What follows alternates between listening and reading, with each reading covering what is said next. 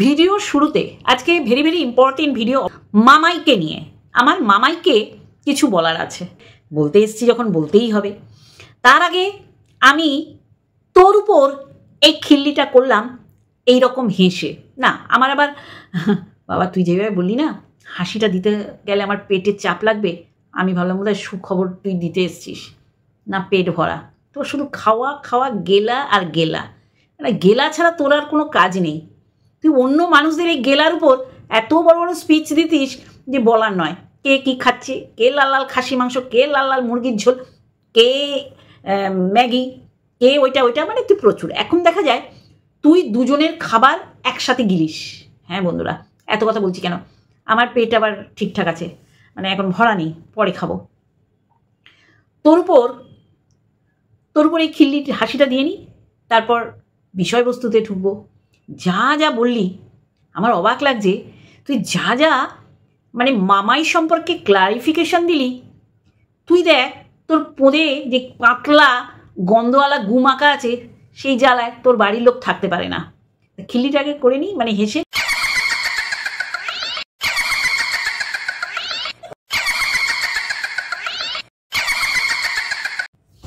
তা শুনলেন বন্ধুরা, এইবার এক একটা করে আমি পয়েন্ট আউট করবো। যেই পয়েন্ট আউটগুলো ও মামায়ের ক্ষেত্রে করেছে সেগুলো আমি ওর ক্ষেত্রে করব।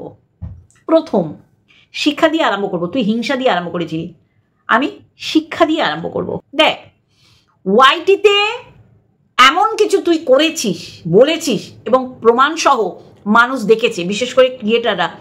সেখান থেকেই তোর ডিগ্রিটা কতটা fake, look like a you, তোর মতন, সেটা আর কারোর জানতে বুঝতে বাকি নেই।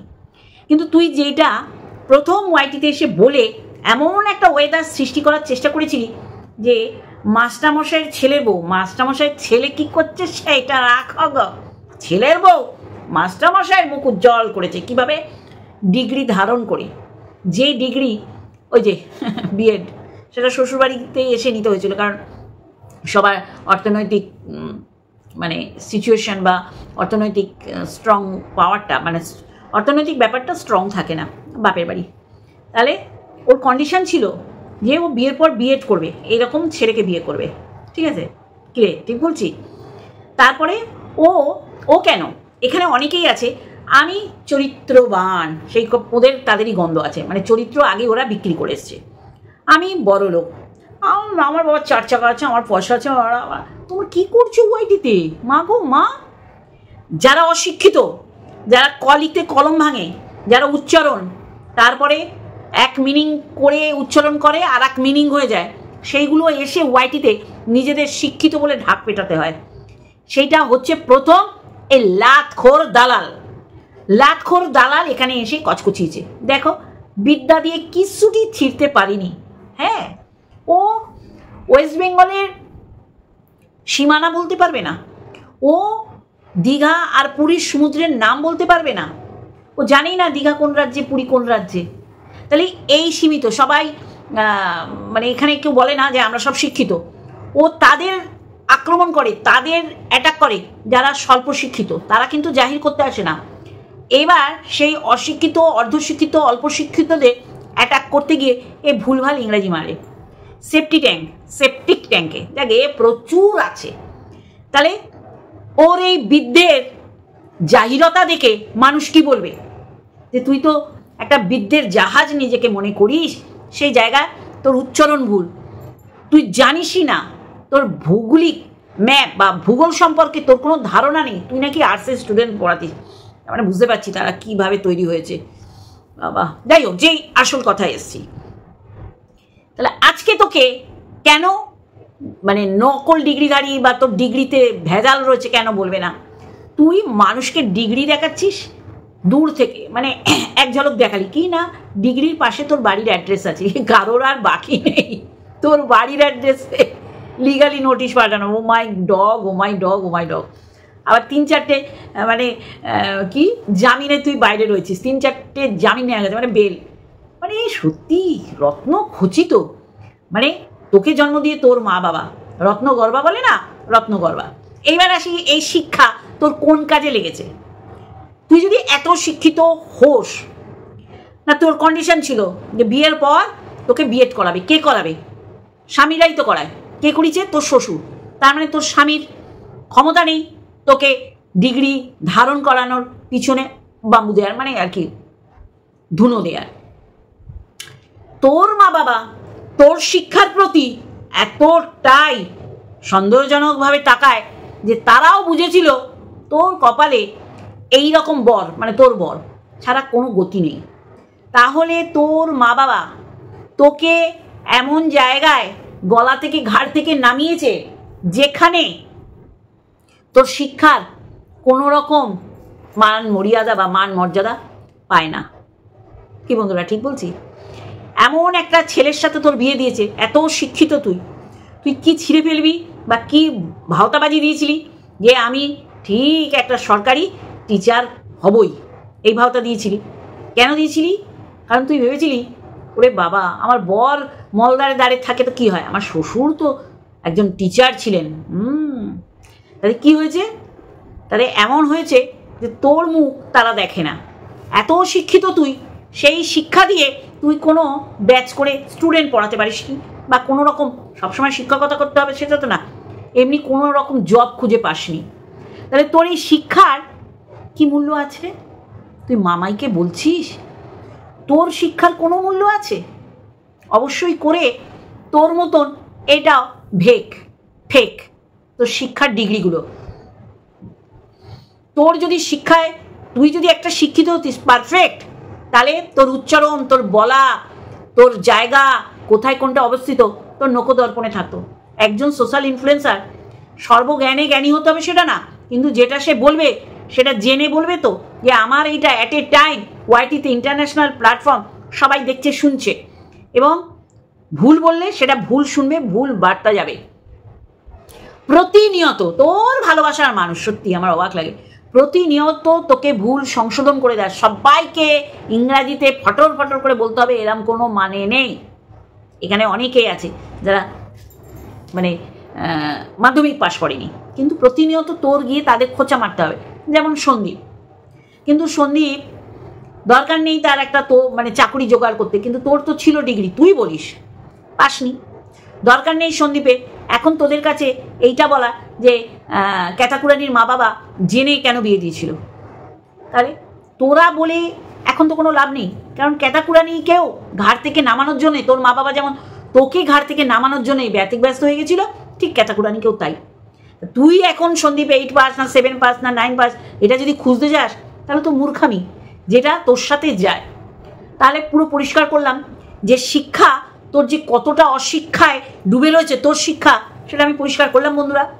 এর মা বাবা এর শিক্ষার উপর সন্দেহ প্রকাশ করেছিল, যার জন্যে এইরকম একটা যার টাকায় যার মাহিনায় জল গরম হয় না তার সাথে বিয়ে দিয়েছে। তাহলে কি ও তো ভেগে আসেনি, বা ওকে তুলে এনে তো বিয়ে করেনি, দেখে শুনে দুই বাড়ির মতামতে বিয়ে হয়েছে। তাহলে সব যখন জেনে বিয়ে হয়েছে, তারপরেও যেমন সন্দীপকে শুনতে হয় 8 পাস, তাহলে এই বিয়ে হওয়ার পর না জেনে তো বিয়ে হয়নি, বারংবার কেন বরকে ছোট করে, আজকেও বিক্রি করেছে যে আমার বরের টাকায় জল গরম হয় না। তাহলে তোর শিক্ষার তো কোনো দাম নেই, সেটা মানুষ না, সেটা তোর যেখানে বিবাহ বন্ধনে আবদ্ধ হয়েছিস সেই পুরুষটার সাথে, সেই পুরুষের মানে রোজগারে বোঝাই যায় তোর এই শিক্ষার কোনো মূল্য নেই, তাই হাত পা বেঁধে এরম জায়গায় বিয়ে দিয়েছে। তারপর তো পুরোই বোঝা যাচ্ছে যে তুই এত মানুষের সাথে বনিয়ে চলিস, উপরের লোক দুটোর সাথে তোর মুখ দেখা দেখি বন্ধ, মানে তারা এসছে তোর মুখ চুন হয়ে গেছে, কারণ তোর বর তোর মাসি শাশুড়ির বাড়ি যাবে তাই একটু তাড়াহুড়ো করছে। পারফেকশন আছে, সেটা তোর মানতে চাসনি। আমি তো ভাবতেই পারি না যে আমি রান্নার দুটো গ্যাস বন্ধ করে ঘরে চলে আসবো আর বর ওখান থেকে নিয়ে খাবে, ওই রকম খাওয়া খাবেই না, কিন্তু তোর বরের কোনো উপায় নেই, কারণ তুই বলে দিয়েছিস তার পয়সায় জল গরম হয় না। আর এই যে তুই পেশায় এসছিস, কে নেশায় এসছে, তাহলে তোর এমন দুর্দিন যে বরের টাকায় জল গরম হয় না, এটা যেমন তোর বলতে হবে তেমনি তোর রোজগারে করতে হবে। ওয়াইটিতে এই রোজগার করতে এসে তুই মানুষকে মানুষ বলিস না, তুই নগ্নতা দেখাস নারী হয়ে, নারীদের পোশাক টেনে টেনে খুলিস। এটা গেল শিক্ষা, ডোজটা হেভি দিয়েছি না বন্ধুরা? এটা হচ্ছে শিক্ষার উপর প্রথম পয়েন্ট আউট। এবার হচ্ছে হিংসা। ওরে বাবা রে বাবা, কাকে বলছিস? হ্যাঁ, মামাইকে? মামাই তো ঠিক পয়েন্ট আউট করেছে। তোর হিংসা, এই যে তোর আবার এটা বড় গুণ, তুই লুকিয়ে রাখতে পারিস না, তোর পটাক করে মুখ দিয়ে বেরোয়। তোকে ছাপিয়ে বা তোকে ছাড়িয়ে যারা চলে গেছে তুই তাদের মানতে পারিস না। সীমা, ওরে বাবা, একই গ্রুপে ছিলি না? তোদের গ্রুপ তখন মানে অন্ধকার ঘরের সুইচ অফ করলেও আলোকিত হতো, তোদের গ্রুপ থেকে আলো ঝলসে ঝলসে পড়তো, মানুষ এসে বাটি করে ওই আলো ভর্তি করে নিয়ে গিয়ে নিজের ঘরে জ্বালাতো, এত আলোকিত ছিল তোদের অনেস্ট গ্রুপ। প্রত্যেকটা অসভ্য খিস্তিকো চরিত্রের চচ্চড়ি প্রত্যেকটা ছিলি ওই গ্রুপে। জানোয়ার। তাহলে হিংসা, ওরে বাবা, হিংসা মানে মন্দিরা আর কমিউনিটিতে কাউকে দেখলে তোর নাওয়া খাওয়া ভুলে যায়, ভুলে যেতিস তুই। তোকে ছাড়িয়ে সীমা চলে গেছে, সীমাকে 2 বেলা 3টে করে ভিডিও করে নগ্নতা দেখাস, মানে নগ্নতা তো ও তো নগ্ন না যে তুই দেখাবি, তুই ওকে নগ্নতা দেখাতে গিয়ে তৈলঙ্গ উলঙ্গ একটা মহিলা তুই, বলে রাজা তোমার পোশাক কই, সেই হচ্ছে তোর অবস্থা। তাহলে হিংসা, তুই প্রত্যেকটা ক্রিয়েটারকে হিংসা করিস, সে মৌ বল, প্রিয়া বল, কণিকা, ওরে বাবা সেই লেভেলের হিংসা। আসবো বন্ধুরা, আসবো। তুই প্রত্যেকটা ক্রিয়েটারকে হিংসা করিস, সে মন্দিরা বল, ক্যাটাকুরানি বল, তোর হিংসা, ওরে বাবা, কেউ কিছু যদি কেনে তোর দিকে তাকানো যায় না, বেসিক্যালি তোর দিকে তাকানো যায় না, তোর হিংসা ঝরে ঝরে পড়ে। তুই আবার বলছিস তোর হিংসা নেই? তুই কি বলছিস তোর হিংসা নেই? ঠিক অবজার্ভ করেছে মামাই, তুই হচ্ছিস নাম্বার 1 কুচুটে। ওই যে ছিল না, ওই যে কুচিপুড়ি মন্তরা, লুক লাইক এ ইউ। তুই হিংসা মানে তুই তোর সহ ক্রিয়েটারদের যেভাবে হিংসা করিস, তোর দোষ ভুল ধরিয়ে দিলে তাদের তুই যেইভাবে আক্রমণ করিস, সেটা হিংসা ছাড়া কিচ্ছু না। তুই হিংসা করিস সীমার সাথে, তুই হিংসা করিস ক্যাতাকুরানি, মন্দিরা, প্রিয়া, মৌ, প্রত্যেকটা তোকে ছাপিয়ে চলে গেছে তাদের। এইবার তুই 37-এ আটকে আছিস, সেটা তোর দুর্ভাগ্য, তোর অক্ষমতা, তোর দুর্বলতা, যাই হোক। মানুষ তুই ভুল করলে বলবে, সে বড় ক্রিয়েটার হোক, ছোট ক্রিয়েটার হোক, বড় ব্লগার হোক, ছোট ব্লগার হোক। তখন তুই কি বলছিস? তোকে নিয়ে বড় বড় ব্লগাররা বা এরা বলে, তুই বড় বড় ব্লগারদের প্যান্টির মধ্যে গুজে থাকিস মুখ। তুই মামায়ের সাথে সিমিলারিটি মানে সমগোত্রীয় সমকক্ষ হওয়ার চেষ্টা করছিস। সম্ভব? কাক যদি ময়ূরের পাখনা লাগিয়ে নাচন কোদন করে, ময়ূর কি হয় কদিনই? হ্যাঁ, হতচ্ছাড়ি অসভ্য কুলাঙ্গার কুলোটা। এবার আসি বাচ্চা। ওরে বাপরে বাপ, ওরে বাপরে বাপ, ওরে বাপরে বাপ। বাচ্চা নিয়ে মামাই কিছু একটা করেছে বলি স্কুলে গিয়ে। তোর তো প্রধান এবং প্রথম তোর আক্রমণের অস্ত্রই ছিল বাচ্চাদের কাটাছেঁড়া করা। আয়ুষ্মিতা ফার্স্ট শুরু হয়, তার জন্ম বৃত্তান্ত, তার বাবাকে রটিয়ে দিয়েছিলি। আজকে দেখ মুখ খুলতে পারছিস না, কত বড় বাচ্চা হাড়ে হারামি যে তুই রটিয়ে দিয়েছিলি যে আয়ুষ্মিতার বাবা তার জেঠু, তাই না? কেন বলতে পারিস না? তুই তো অনেস্ট, তুই তো কারোর সাথে সন্ধি স্থাপন করিস না, কারোকে তেল মাখাস না, কারোর সাথে শালটে নিস না, তাহলে মুখ খুলছিস না কেন? মুখ বন্ধ করে রেখেছিস কেন? তুই হচ্ছিস ওয়াইটির এমন একটা হারে বজ্জাত, বজ্জাত বলে খুব কম বলা হয়, হারে বজ্জাত, যে বাচ্চাদের কাটাছেঁড়া শুরু করিস, তুই বাচ্চাদের মৃত্যু কামনা করেছিস। তুই আবার মামাইকে বলছিস প্রত্যেকটা তুই এই রকম করেছিস। বাচ্চাদের মৃত্যু কামনা সে তো সবাই জানে, রিম্পার 2টো বাচ্চার মৃত্যু কামনা কি লেভেলে করেছিলি সারা ওয়াইটি, মানে সেই সময় প্রত্যেকটা মানুষ আতঙ্কিত হয়ে গেছিল রিম্পার সন্তানদের মৃত্যু কামনা। তুই আজকে যখন বললি না যে আমি ওই হাসিটা হাসতে পারবো না, আমার পেট, আমার মনে হলো একটা সুখবর দিবি, কিন্তু দেখ তোর এইটাকে নিয়েও, তোর কাটাছেঁড়া এইটাকে নিয়েও ব্যবসা বাণিজ্য ক্রয় বিক্রয় করে খেতে হয়েছে। কত বড় বচ্চাত বল! হ্যাঁ, তোকে কে বাজা, তোর ফ্যালোপিয়ান টিউব টেনে ছিঁড়ে ফেলবে, তুই মানুষকে কম বলেছিস? হ্যাঁ, আজকে বাজাটাকে হাইলাইট মারছো, ল্যাংড়াকে ল্যাংড়া বলা যদি যেতে পারে, তাহলে বাজাকে বাজা কেন বলা যেতে পারা যাবে না বন্ধুরা? হ্যাঁ, এই বাজার শব্দটা তুই বিক্রি করে খেতে বলেছিস মানুষকে, আর তুই প্রতিনিয়ত এইটাই যেন অ্যাটাক হয়, এই জন্য কেউ যদি ভরা কোল থাকে তার কোল শূন্য করার চেষ্টা করেছিস। কারো যদি বাচ্চা হয়ে থাকে বাবা এইরকম উজ্জ্বলের মতন, তোর তখন সেইখানে গুটিয়ে মানে তোর নোংরা চরিত্রটা ওইখানে ঢুকিয়ে বাচ্চাটার বাবাকে সেই প্রশ্নবাণে জর্জরিত করেছিস। তাহলে প্রত্যেকটা বাচ্চা তুই মৃত্যু কামনা, জন্ম বৃত্তান্ত, কীভাবে জন্মালো, এর বায়োলজিক্যাল বাবাকে বলে আজকে তোর শূন্যকোল ভরাতে পারলি? ঠাকুমা বড় আয়া, ছোট আয়া, হ্যাঁ বেবি সিটার বলতে খুব ভালো লাগে বল। কারণ কারণ কেন বলতে পেরেছিস জানিস? ওভার কনফিডেন্টলি, কারণ তুই জানিস তোর শাশুমাকে তুই কোনোদিন বড় আয়া বা বেবি সিটার বানাতে পারবি না, যার কারণেই তুই তাদের এগেনস্টে গিয়ে মানে ইরিটেট করিস, সবাইকে ইরিটেট করিস। তুই পোষ্যটাকে এনেছিস, পোষ্য আনা খারাপ বলছি না, কিন্তু কারা আনে জানিস? যারা দেখে যে আমি এনেছি আর পরিবারের কারোর অসুবিধা হচ্ছে কিনা, ইচ্ছা করে এনেছিস। তুই এত বড় বড় কথা বলছিস, জ্ঞানের কথা, জ্ঞানের নারী টনটনে। তুই শ্বশুর বাড়িতে একটা ছেলের বউ, আজকে তোর বর নিজে নিয়ে গেল বলে, নাহলে তো না খেয়ে যেত। তা আমার বর এবং আরও 10 জনের বর নিতই না কড়াই থেকে ওরকম তরকারি। থাকলো তোমার খাবার দাবার, কতটা তাকে চাপে পিষে রেখেছিস। তোর মুখ দিয়ে এই নোংরা কথা, জ্ঞানের কথা একটু কম মারা, বুঝছিস? কতচ্ছারি বাচ্চা নেই, তুই যা করেছিস ওয়াইটিতে, সবাই তোর এগেনস্টে চলে গেছিল। সে আয়ুষ্মিতা বল, আজকে মুখ খুলতে পারছিস না কেন? হ্যাঁ, আর রিম্বা 2টো বাচ্চা, এছাড়া প্রচুর বাচ্চা তো অবশ্যই করে নিজের সন্তান, সে 20 হোক 25 হোক, আমার কাছে আমার সন্তান বাচ্চা। সীমার মেয়ে তার বাবার সাথে, মানে সীমার স্বামীর সাথে সীমার মেয়েকে ছুঁয়ে দিচ্ছিস, সেও তো কোনো মায়ের বাচ্চা। বাচ্চা নিয়ে মন্তসচ্ছ, একদম কচু কাটা করবো, বুঝলে? কচু কাটা করবো, কচু যেমন কাটে সেইটা বলছি, না কোনো ভায়োলেন্স না। বাচ্চা নিয়ে মামাই যদি কিছু করে থাকে তার 4 ডবল 5 ডবল 10 ডবল তুই করেছিস হিংসা। ঠিক বলেছে মামাই, তুই হচ্ছিস কুজিবুড়ি মন্থরা আমাদের ওয়াইটির। প্রত্যেকজনকে হিংসা করিস, কার ভিউজ বাড়লো, কার ভিউজ কমলো, কার সাবস বাড়লো, কার রেভিনিউ বেশি করে জেনারেট হলো, তুই তাকিয়ে থাকিস। সোনাদীপ ভাই, সোনা দাদা, সোনা বৌদির কাছে যাচ্ছে, তোর কেন সারগান ফেটে চৌচির হচ্ছে? তোকেও তো সোনা দিদি বলতো, আর তার পরিবর্তে তুই সোনা বোনের প্যান্টির মধ্যে মুখ গুজে থাকতিস। যেই অন্য লোককে কমিউনিটিতে দিত, জ্বলে পুড়ে খাক হয়ে যেতিস। এইগুলোকে বলা হয় হিংসা, এইগুলোকে বলা হয় গাটে গাটে হিংসা ভর্তি। যেমন গাটে গাটে তোর রজতজয়ন্তী, তোর বয়সের গাছ পাতর নেই। ঠিক ঠিক কথা বলেছে মামাই। জানোয়ার মেয়ে ছেলে, তুই যে সন্তান নিয়ে বাচ্চা নিয়ে যেইভাবে কাটাছেড়া করেছিস, কেউ করেনি। আজকে তোর এই অবস্থার জন্য তুই দায়ী, এই অবস্থার জন্য তুই দায়ী। তোর ভাগ্নি আসে না কেন? লোকের তো বাড়িতে রিলেটিভ আসছে না কেন?